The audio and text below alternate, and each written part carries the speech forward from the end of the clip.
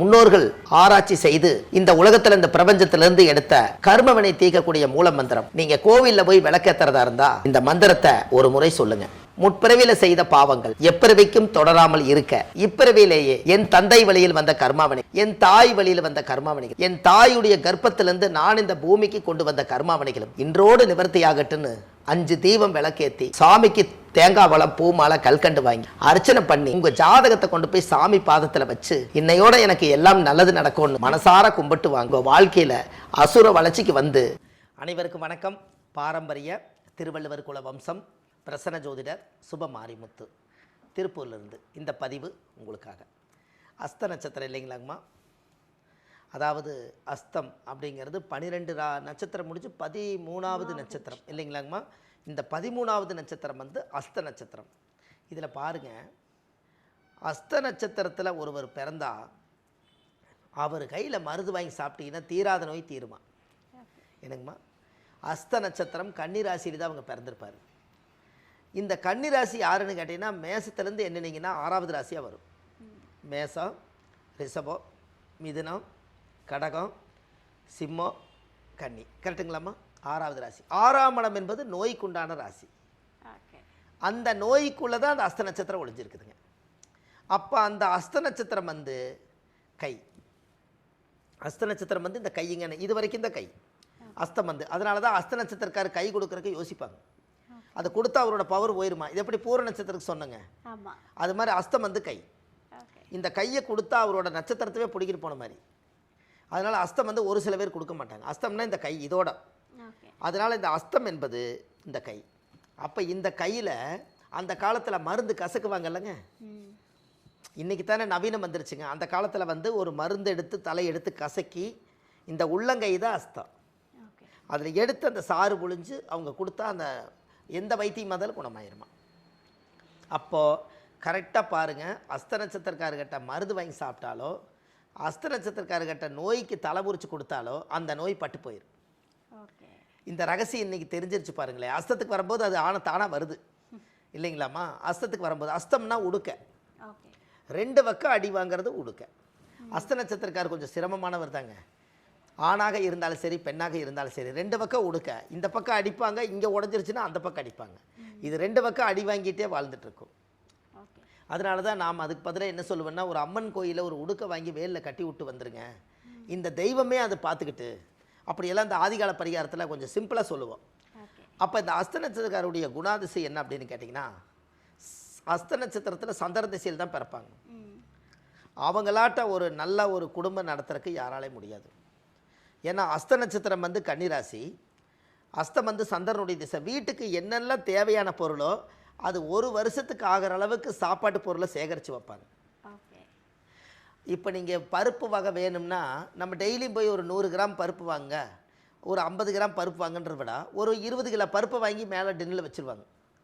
எப்போ சாம்பார் வைக்கணும்னு தோணுதோ அப்போ ஒரு டப்பா எடுத்து போட்டுக்குவாங்க, மீதி இருக்குங்க. அது எல்லாம் கணக்கு போட்டு பார்த்தா ஒரு வருஷத்துக்கு அந்த பருப்பு இருக்குங்க. அப்போ சேகரித்து வைக்கக்கூடியது அஸ்தம்.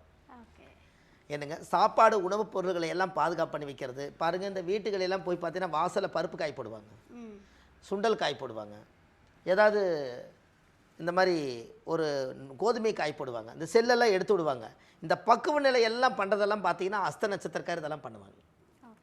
இன்றைக்கி நான் வீட்டில் சும்மா தான் இருந்தனுங்க, சும்மாவாவது இருக்கக்கூடாது, வீட்டில் ஏதாவது செல்லு கில்லு விழுந்துருந்துச்சுன்னா அதையெல்லாம் எடுத்து ஒதுக்கிட்டு நல்ல பொருளாக தயார் பண்ணி வைக்கலான்னு நான் தான் இதெல்லாம் எடுத்து வச்சேன் அப்படிம்பாங்க. நீங்கள் என்ன நட்சத்திரமானு கேட்டால் அஸ்தம்பாங்க. அவங்களுக்கு அந்த புத்தி வருங்கன்னு சொல்கிறேன். அதே போல் அஸ்த நட்சத்திரத்தில் ஒருத்தர் பிறந்தா 13வது நட்சத்திரமாக இருக்கிறனால உயிர்ப்பித்த நட்சத்திரம், உயிர் காப்பாற்றுற நட்சத்திரம்ங்க. அதாவது ஏதாவது ஒரு நட்சத்திரம் அவங்க வாழ்க்கையில் ஏதாவது ஒரு நல்லது சொல்லணுன்னா அவங்க சொல்லுவாங்க. சர்வீஸ் மைண்ட் அவங்க எடுத்தது. இப்போ எங்கெங்கெல்லாம் சேவை பண்ணுறாங்கல்லங்க, அவங்க அஸ்தம் தூண்டி விட்டதுக்கப்புறம் தான் சர்வீஸ் பண்ணுவாங்க. ஏன்னா அஸ்தம் வந்து ட்ரஸ்ட்டுக்கு சம்மந்தப்பட்டது. ட்ரஸ்ட்டு யார் வைப்பா? சர்வீஸ் பண்ணுறதுக்கு வைப்பாங்க. நாங்கள் ஒரு 4 பேர் சேர்ந்து ஒரு ட்ரஸ்ட் ஆரம்பித்து ஒரு அன்னதானம் பண்ணலான்னு இருக்கிறாங்கன்னா அஸ்த நட்சத்திரக்காரை வச்சு ட்ரஸ்ட்டு ஆரம்பித்தாங்கன்னா அவங்களோட ஆயுள் காலத்து வரைக்கும் அது இருக்குது. அன்னை தெரசா மாதிரி அஸ்தம் தான் ட்ரஸ்ட்டுங்கன்னு. மற்ற யார் நட்சத்திரக்காரர் வச்சாலும் பார்ட்னரில் ப்ராப்ளம் வரும். ஆனால் அஸ்த நட்சத்திரக்காரர் ஆரம்பித்து கொடுத்தாங்கன்னா பிரச்சனை வராது. அது அந்த காலத்திலேயே அந்த பழமொழி இருக்குதுங்க. அப்போ யாரோட வீடு? அஸ்த நட்சத்திர கன்னிராசி புதனோட வீடு. புதன் என்பது யாருன்னா கணக்கு, பேனா, எழுத்து, துறைகள், இது எல்லாமே புதன் தான். அப்போ இது என்ன பண்ணுதுங்க? கரெக்டாக கணக்கு போட்டு எழுதி வைக்கிங்கன்னு. அப்போ தப்பு வராது இல்லைங்களா? இவ்வளோ வரவு போயிருக்குது, இவ்வளோ செலவாக இருக்குது, மிச்சம் இருப்பு இவ்வளவு இருக்குது, இதை கொண்டு வந்து அஸ்தத்துக்கிட்ட ஒப்படைக்கிறது. ஒப்படைக்கலன்னு இவங்க கேள்வி கேட்பாங்க. அதனால தான் 2 பக்கம் அடி வாங்குதுங்கன்னு. ஏன்னா இவங்க நேர்மையாக ஸ்ட்ரெயிட் ஃபார்வேர்டு. அவங்க நேர்மையாகவே பேசுவாங்க, நேர்மையாகவே பழகுவாங்க, எதாக இருந்தாலும் தட்டி கேட்பாங்க. அஸ்தத்துக்கிட்டேருந்து தப்பிக்க முடியாது. நீங்கள் 100 ரூபா கொடுக்கணுன்னா 10 வருஷம் கிளம்பிச்சு அந்த 100 ரூபா நீங்கள் கொடுக்காம போயிட்டீங்கன்னு மறுபடியும் கூப்பிட்டு கேட்பாங்க. அப்போ இந்த கால்குலேஷன் எல்லாமே அஸ்தம் தான் உள்ளே வாங்கி வச்சுருக்குதுங்கண்ணே. இந்த ரகசியமெல்லாம் உங்களுக்கு தெரியணுமில்ல. பாருங்களேன், ஒரு நட்சத்திர வரிசையிலிருந்து ஒரு திசையிலேருந்து உருவாகி இவ்வளவு குணாதிசயங்களை ஒவ்வொரு மனிதர்களுக்கும் இறைவனை பிரித்து கொடுத்துக்கிறாருன்னா எவ்வளோ பிரபஞ்ச ரகசியம் இது. 120 கோடி மக்கள் ஒரு கணக்கில் சொல்கிறாங்க. நம்ம தமிழ்நாட்டுக்குள்ளே 120 கோடி மக்கள் சொல்கிறாங்க. ஆனால் பிறக்கிறது 27 நட்சத்திரத்தில் பிறக்கிறாங்க. அதில் 4 பாதம் இருக்குது. என்ன பிறஞ்சாலும் இந்த பிரபஞ்ச சக்தி வந்து அவங்களுடைய கேரக்டர் அதுவே மாறிக்குதுன்னா அது பிரபஞ்ச ரகசியம் தானுங்கன்னு. அன்னைக்கு எல்லாரும் இருக்கிறாங்க. அன்னைக்கு இவங்க எந்த நட்சத்திரத்தில் நீங்கள் பிறக்கிறீங்களோ அந்த குணாதிசையில் தானே உங்களோட ஆயுள் வரைக்கும் நீங்கள் வாழ்கிறீங்க. இது பெரிய சயின்ஸ் இல்லைங்களா?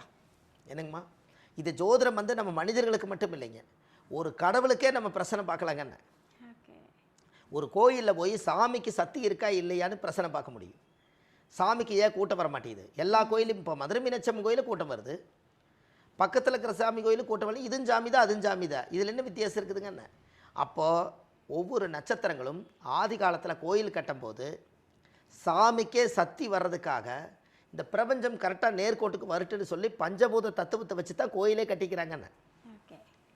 என்னங்கம்மா, அந்த நீர், நெருப்பு, காற்று, பூமி, ஆகாயம், வெப்பநிலை, இந்த தட்ப வெப்பநிலை வச்சு தான் கோயிலுடைய கருவறையை உருவாக்கிக்கிறாங்கன்னு. இதுக்கு அஸ்தந்தான் காரணம். அப்போ தட்ப வெப்பநிலை இப்போ நீங்கள் கோயிலுக்குள்ளே போனோன்னே ஒரு தெய்வீகமான மனம் வருது. நீங்கள் உங்களை நீங்கள் மாற்றிக்கிறீங்க. எல்லாம் ஃபோனெல்லாம் சுவிட்ச் ஆஃப் பண்ணி வச்சுட்டு கடவுள்கிட்ட போய் உங்கள் மனசில் இருக்கிற குறைய நீங்கள் ஒரு பாஸ்வேர்டு மாதிரி கடவுளுக்கு சொல்கிறீங்க. யாருக்கிட்டே சொல்லாத பாஸ்வேர்டை கடவுள்கிட்ட சொல்கிறீங்க. கடவுளை என்னோட மனசுக்குள்ளே இந்த விஷயம் இருக்குது, இதை நீ சரி பண்ணி கொடுக்கணுன்னு சத்தம் போட்டு சொல்கிறதில்ல, பாஸ்வேர்டு மாதிரி சாமிகிட்ட மட்டும் தானே சொல்கிறீங்க. அப்போ சாமியோட இதயத்துக்கும் உங்களோட இதயத்துக்கும் ஒரு கனெக்டிவிட்டி இருக்குதுல்லங்கன்னு. அப்போ அங்கே போனோன்னே உடம்பெல்லாம் ஜில்லுன்னு ஆயிடுச்சுங்க. உள்ள சாமி பார்த்தோன்னே அலங்காரம் ஆயிடுச்சு. அப்போ ஏன் ஒரு வைப்ரேஷன் வருது? இப்போ சாமி எப்படி இல்லாமல் போகுங்கன்னு. அப்போ சாமிக்கு சக்தி அதிகமாக இருந்தால் வைப்ரேஷன் தானாக வரும். அப்படி வைப்ரேஷன் கம்மியாக இருந்துச்சுன்னா அங்கே சாமிக்கு அந்த கோயிலுக்குள்ளே சக்தி குறையுதுன்னு அர்த்தம். அதை சரி பண்ணுறதுக்கு சில யாகங்கள், பூஜைகள், பிரசன்னங்கள், தெய்வ வழிபாடு, தியான வழிபாடு, கூட்டு பிரார்த்தனை வழிபாடு, நீர் வழிபாடு, கலச வழிபாடு, யாக வழிபாடு, 64 விதமான பூஜைகள் வழிபாடு, இதுகளெல்லாம் பண்ணி மறுபடியும் சக்தியை மீட்டு கொண்டு வந்து அந்த தெய்வத்தை மறுபடியும் கரெக்டாக உட்கார வைக்க முடியும். இது ஜோசியர்னால தான் முடியும். ஒரு தெய்வத்தை இன்றைக்கி அசால்ட்டாக சொல்லிட்டாங்க, எவ்வளவோ சொல்கிறாங்க, சாமி கோயிலுக்கு போயிட்டு அது நடந்துருமா இது நடந்துருமானெல்லாம் கேட்பாங்க இல்லைங்களா? அது வந்து அப்படி கிடையாதுங்க. நம்ம ஜாதகத்தை எல்லா கடவுளுக்கும் பிரபஞ்சத்துக்கு தெரியும். உங்களை எந்த நேரத்தில் என்ன கொடுக்கணும் இறைவனுக்கு தெரியும். உங்களுக்கு இந்த நேரத்தில் கொடுத்தா நீங்கள் அழிச்சிருவீங்கன்னு தெரிஞ்சுதான் உங்களை கொடுக்காம வச்சுருக்குங்கன்னு. என்னங்கம்மா, சரிங்களா? எந்த நேரத்தில் உங்களுக்கு எந்த அளவுகோல் கொடுத்தா நீங்கள் கரெக்டாக இருப்பீங்கன்னு கடவுளுக்கு தெரியும். நீங்கள் ஒரு உதாரணங்க, ஒருத்தருக்கு 100 கோடி ரூபாய் லாட்டரி சீட்டு விழுந்துருச்சு. அவர் சாதாரண ஏழை. இந்த 100 கோடி வச்சு அவர் என்ன பண்ணுறதுன்னு தெரியாமல் அவர் புத்தி மாறுதா? என்னங்கம்மா, கண்டிப்பாக. நல்லா இருந்த மனுஷனுக்கு 100 கோடி விழுந்து அவருக்கு நிதானம் தெரியாமல், சொந்த பந்தம் தெரியாமல், தாய் புலம் தெரியாமல், கரெக்டாக போயிட்டு இருந்தவருக்கு இந்த பணம் வந்து மாற்றிருச்சலைங்கன்னு.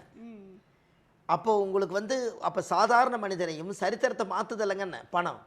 அப்போ கடவுள் வந்து எந்த நேரத்தில் எதை கொடுத்தா நீங்கள் எதை சுமப்பீங்கன்னு தெரிஞ்சுதான் குருவி மண்டையில் பனங்காய் வச்ச மாதிரி இல்லாமல் நார்மலாக வாழ்கிறக்காக மனித பிறவிக்கு அளவுகோல் டெம்பரேச்சர் கொடுத்துருக்காரு. நீங்கள் நல்லா யோசிங்க. ஒரு விஷயத்தை, ஒரு அற்புதமான ரகசியத்தை இன்றைக்கி உடச்சி சொல்கிறேன். 104 டிகிரி 104 டிகிரி செல்சியஸ் பிரபஞ்சத்திலிருந்து இன்றைக்கி சென்னை 104 டிகிரி வெயில் நீங்கள் சொல்கிறீங்க, கரெக்டுங்களா? ஒரு 120 டிகிரி ஏமாந்து அடிச்சதுன்னா மனுஷன் தாங்க முடியுமா? அப்போ கடவுளுக்கு என்ன தெரியுதுங்க, மனுஷங்க கீழே அவ்வளவு கொடுத்தா தாங்க மாட்டாங்கன்னு அந்த தட்ப வெப்ப நிலையவே மாற்றி சூரிய ஒளி அந்த 104 டிகிரி அளவுகோல் கொடுத்து வச்சுக்கிறாரு. 10 பாயிண்ட்டை சூரியன் அங்கே டிகிரி ஏற்றினாருன்னு நீங்கள் தாங்குவாங்கன்னு. அப்போ கடவுளுக்கு தான் தெரியுது உங்களுக்கு எந்த நேரத்தில் எந்த அளவு கொடுக்கணும்னு. அது அவரோட ரகசியம் தானே. நம்ம அங்கலாப்பட்டு அவங்க கார் வாங்கிட்டாங்க, நம்மையா வாங்க முடியல. அவங்க கட்டிக்கிற சேரீ வந்து 1,00,000 ரூபா, நம்மளையா வாங்க முடியல. அவங்க கட்டிக்கிற வீடு 10 கோடி ரூபாய், நம்மையா வாங்க முடியலன்னு எதுக்காலுக்கிறத திட்டம் போடாமல் நம்ம பிறப்பு ஜாதகத்தினுடைய திட்டத்தளவுக்கு வாழ்ந்துட்டு போனாலே உங்கள் வாழ்க்கை சிறப்பு தானே இல்லைங்கம்மா. அப்போ அஸ்த நட்சத்திரம் என்னைக்கு திட்டம் போட்டு வாழுமா. அந்த பக்கமும் அளவுகோல் இருக்கும், இந்த பக்கம் அளவுகோல் இருக்கும். வைத்தியத்துக்கு முக்கியத்துவம் கொடுத்து உடம்பை பாதுகாப்பு பண்ணி கடைசி வரைக்கும் வச்சாலே அஸ்தம் சிறப்பாக இருக்கும். வருஷம் உடம்பை செக் பண்ணிக்குவாங்க, உடம்பில் ஆரோக்கியம் இருக்குதான்னு பார்த்துக்குவாங்க, சர்வீஸ் மைண்டட் இருப்பாங்க, தர்ம சிந்தனையோடு வாழ்ந்துட்டு போனாலே அஸ்தம் பிரமாதமாக இருக்கும். அவங்க வாழ்க்கையில் ஒரு பெரிய மாற்றங்கள் உருவாகும். இந்த தெய்வாம்சமெல்லாம் எங்கேருந்து கிடச்சுன்னு தெரியலைங்க. எல்லாமே அந்த காலத்தில் அஸ்த நட்சத்திரக்கார் தான் அந்த காலத்தில் வந்து சர்வீஸ் மைண்டடை ஒடுக்கி இத்தனை கோவில் கட்டினது அத்தனையுமே அஸ்தம் தானே. 4 பேர் சேர்ந்து ஒரு திட்டத்தை அறிவிக்காமல் எப்படி கட்ட முடியும்? 4 பேர் சேர்ந்து ஒரு தனிமரம் தோப்பாகுங்களா?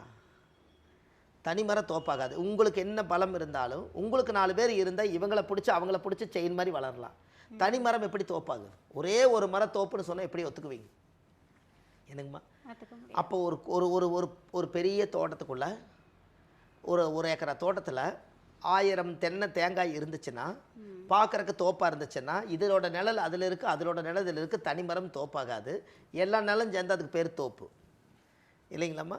அப்போ அதுபோல் அந்த ஒரு 10 பேர் இல்லாமல் ஒரு கோயில் கட்டி கும்பாபிஷேகம் பண்ணி வைக்க முடியாது. 10 பேர் இல்லாமல் ஒரு ட்ரஸ்ட் அமைக்க முடியாது. அப்போ அஸ்த நட்சத்திரம் தான் ட்ரஸ்ட்டுங்கிறது. அந்த காலத்தில் புதன் என்பது பேங்க்கு, வரவு செலவு முதல் கொண்டு அஸ்தம் கரெக்டாக பார்க்கும். அப்போ 2 விஷயம் அவங்ககிட்ட ப்ளஸ் பாயிண்ட் இருக்குது. அஸ்தத்தை நம்பி சர்வீஸ் மைண்டடு ஆரம்பிக்கலாம்.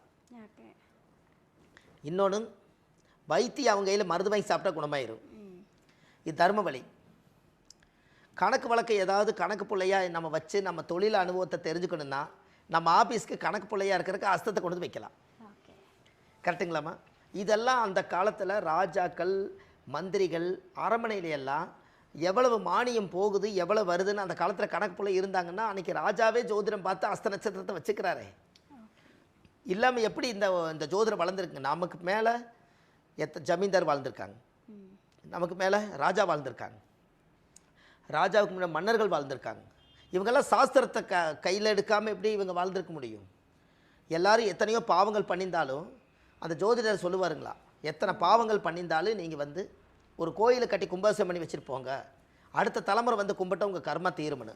அப்படி எத்தனையோ பேர் பாவம் பண்ணியிருந்தாலும் அதையெல்லாம் சரி செய்துட்டு போகும்போது ஒரு தெய்வத்தை பிரதிஷ்டை பண்ணி வச்சுட்டு ஒரு அண்ணாந்து பார்த்தா உருமால் கழண்டு விழுகிற அளவுக்கு கோயிலை கட்டி வச்சுட்டு போயிட்டாங்க. இப்போ அந்த தலைமுறை வாழ்த்துது இல்லைங்களா? அதுக்கு யார் காரணம்? ஜோதிடத்தில் இத்தனை பாவங்கள் செஞ்சுருந்தாலும் பரிகாரமே கோயில் தானே. என்னங்கம்மா? கண்டிப்பாக. அப்போ இதெல்லாம் நம்ம வாழ்க்கையில் தேட கிடைக்காத செல்வம் இல்லைங்களா? அதனால தான் அந்த காலத்தில் வந்து அஸ்த நட்சத்திரத்துக்கு ஒரு மிகப்பெரிய ஒரு பவர். அஸ்த நட்சத்திரம் அது காலச்சக்கரத்துக்கு 14வது நட்சத்திரம். 13 12 12 பூரம் 11 உத்திரம் 12 அஸ்தம் 13வது நட்சத்திரம். இந்த 13 கூட்டினீங்கன்னா 3 1 4 4 கூட்டினீங்கன்னா 6 4 கூட்டினீங்கன்னா ராகு, அந்த ராகுவோட அம்சம். அப்போ ராகு என்பது மூதாதிகள் எல்லாமே ஒன்றுக்கு ஒன்று லிங்க்குங்கன்னு. அப்போது இந்த கன்னி ராசியில் அஸ்த நட்சத்திரத்தில் ஒருத்தர் பிறந்தால் அவங்கள வந்து தொழிலில் ஒரு பெரிய மாற்றத்தை உருவாக்குவாங்க. அதுக்கு அவங்களுடைய வாழ்க்கையில் ஒரு பெரிய அசுர வளர்ச்சி வரும். அதுக்கப்புறம் இந்த கோவில் ஒன்று அஸ்த நட்சத்திரத்துக்குன்னே ஒரு கோயில் இருக்குதுங்க. இதெல்லாம் இந்த தமிழ்நாட்டுக்குள்ளே 27 நட்சத்திரத்துக்கு கோயில் கட்டி வச்சுருக்காங்க. இந்த 27 நட்சத்திரத்துக்கு கோயில் கட்டி வச்சுக்கிறாங்க. அதில் அஸ்த நட்சத்திரத்துக்கு எந்த கோயில் வருதோ அந்த கோயிலை நம்ம இந்த பதிவில் கொடுத்துட்டோம்னா அந்த கோவிலில் போய் சாமிக்கு தேங்காய் பழம் மாலை கல்கண்டு வச்சு பூஜை பண்ணி அந்த கோவிலுடைய மண்ணை மிதிச்சாங்கன்னா அந்த வைப்ரேஷன் இவங்களுக்கு சப்போர்ட் ஆகும். இப்போ நீங்கள் அது எப்படிங்க இங்கேருந்து கோயிலுக்குள்ளே போனால் நம்மளுக்கு அது மாற்றம் வருதுன்னு ஒருத்தர் கேட்டார். நான் சொன்னேன், உங்கள் வீட்டில் டிவி இருக்குதுல்ல, நீங்கள் எந்திரிச்சு போய் சுவிட்சை போட்டால் டிவி ஓடுமல்ல, இங்கேருந்து ரிமோட் அமுத்தினாலே ஓடுதில்லன்னு. அப்போ ரிமோட் வந்து நான், டிவி வந்து அது. அப்போ அதுக்கு ஒரு கனெக்ஷன் இருக்குதில்லங்கன்னு. அதே மாதிரி தான் கோயிலும். நீங்கள் போனீங்கன்னா சாமியோட கலெக்ஷன் உங்களுக்கு அவங்களுக்கு வரும். அதானே? அது சொன்னோன்னே நல்ல விளக்கம்ங்கன்ட்டு அவர் வச்சுட்டார். ஏன்னா இந்த ஒன்றுமே அவ்வளோ பெரிய கருவி அந்த டிவிக்குள்ளே பதிச்சு வச்சுருக்காங்க. இது இத்தினோண்டு ரிமோட்டுக்குள்ளே வந்து இது அத்தச்சோ டிவி ஆன் ஆகுதுன்னா அப்போ இதுக்குள்ளே எதோ விஷயம் இருக்குல்ல. அது மாதிரி நம்மளோட ஹார்ட் அந்த இதயத்துக்கும் அந்த சாமியோட இதயத்துக்கும் கடைசியில் வாழ்க்கையில் உங்களுடைய உதயத்துக்கும் ஒரு மாற்றம் உண்டு. என்னங்கம்மா, இது வந்து அஸ்தம். இந்த அஸ்த நட்சத்திரக்காருடைய வாழ்க்கை நல்லா இருக்கணுங்க. இது எல்லாம் நிறைய அந்த புத்தகங்கள் நம்ம நிறைய எழுதிட்டோம். இந்த புத்தகம் வந்து அஸ்த நட்சத்திரத்துக்குன்னே எழுதுனது. இதில் அஸ்த நட்சத்திரத்துக்கு நிறைய குணங்கள் கொடுத்துருக்குறேங்க. ஆமாம், இது வந்து உங்களுக்கு எதுக்காக இந்த அஸ்தத்துக்கு சொல்கிறேன்னா, முதல்ல இந்த அஸ்தத்தை ஆரம்பித்து இந்த புக்கு எழுதினோம், ஒரு நல்லபடியாக போச்சுங்க. அதனால் மக்களுக்கு இது நிறைய ஒரு சேவையாக இருக்குது. அதனால் உங்கள் வாழ்க்கையில் இந்த அஸ்த நட்சத்திரக்காரர்கள் எல்லாமே உலக மக்கள் நலனுக்காக பிறந்தவங்க, தெய்வ பிறவி. அவங்க இன்னும் நல்லா இருக்கிறதுக்காக நான் கோயிலுக்கு கொடுக்குறேன், அவங்க போயிட்டு வந்தாங்கன்னா அவங்களும் நம்மளை வாழ்த்துவாங்க என்று சொல்லி, இந்த அஸ்த நட்சத்திரக்காரர் எங்கே இருந்தாலும் நல்லா இருக்குன்னு சொல்லி இந்த பதிவில் உங்களுக்கு பதிவிடுறேங்க. அதாவது அஸ்த நட்சத்திரத்தில் பிறந்தால் சந்திர திசையில் தான் அவங்க பிறப்பாங்க. இந்த சந்திர திசை 10 வருஷங்க. இந்த சந்திர திசை 10 வயசுங்கள அந்த திசை வந்து உங்களுடைய ஜாதகத்துக்கு சந்திர திசை 10 வருஷம்னா அந்த 10 வருஷத்தினுடைய இதில் வந்து பாதி எடுத்துக்கங்க. திசை இருப்பு ஆதி எந்த பரமநாளிகை தாய் மாதா கர்ப்பத்தில் சென்றது போக நின்றது இருப்பு சந்திர திசை 10 வருஷம். இதில் பாதி இருக்கு இல்லைங்களா, இந்த பாதி வந்து 5 வருஷம். அப்போ இந்த 5 வயசுங்கும் போது சந்திர திசை கம்ப்ளீட் ஆயிடுது. இந்த சந்திர திசை முடிஞ்சு செவ்வாய் திசை ஒரு 7 வருஷம். அப்போ 7 ஒரு 5 12 வயசு ஆச்சுங்களா. இந்த 12 வயசுங்கும் போது இவங்க குழந்தையா இருப்பார்.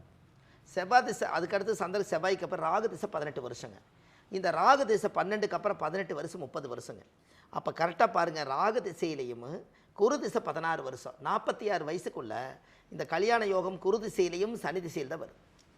என்னங்கம்மா, குரு திசை 30 வயசு. அதுக்குள்ளே சில பேர் வந்து பெற்றவங்க என்ன பண்ணுவாங்கன்னா, நம்ம சீக்கிரமாக கல்யாணம் பண்ணி பார்த்துறணும்னு சொல்லி மனசுக்குள்ளே ஒரு நினைப்பாங்க இல்லைங்களா. அது 25லேருந்து 30 வயசுக்குள்ளே அந்த கரெக்டாக ராகு திசையில் கல்யாணம் பண்ணி வச்சுருவாங்க. ஒருவேளை சில பேர்த்துக்கு அந்த திருமண தடைகள் ராகு கேதுனால செவ்வாய் தோஷத்தினால ஜாதகத்தில் குருபலன் இல்லாதனால இப்படின்னு ஒரு கான்செப்ட் வரும் இல்லைங்களா. அதுக்கு இவங்களுக்கு கரெக்டாக பார்த்தீங்கன்னா குரு திசையில் கல்யாணம் பண்ணி வைப்பாங்க. அப்போது இப்படி கணக்கு வச்சு பார்க்கும்போது 30 வயசுக்குள்ளே ராகு திசை முடியுதுங்க. குரு வந்து 16 வருஷம் 46 வயசு. அவர் நல்ல இடம் வாங்கி வீடு வாசல் கட்டி கல்யாணம் முடிச்சு குழந்தைகளெல்லாம் படிக்க வச்சு நல்லா இருப்பார்.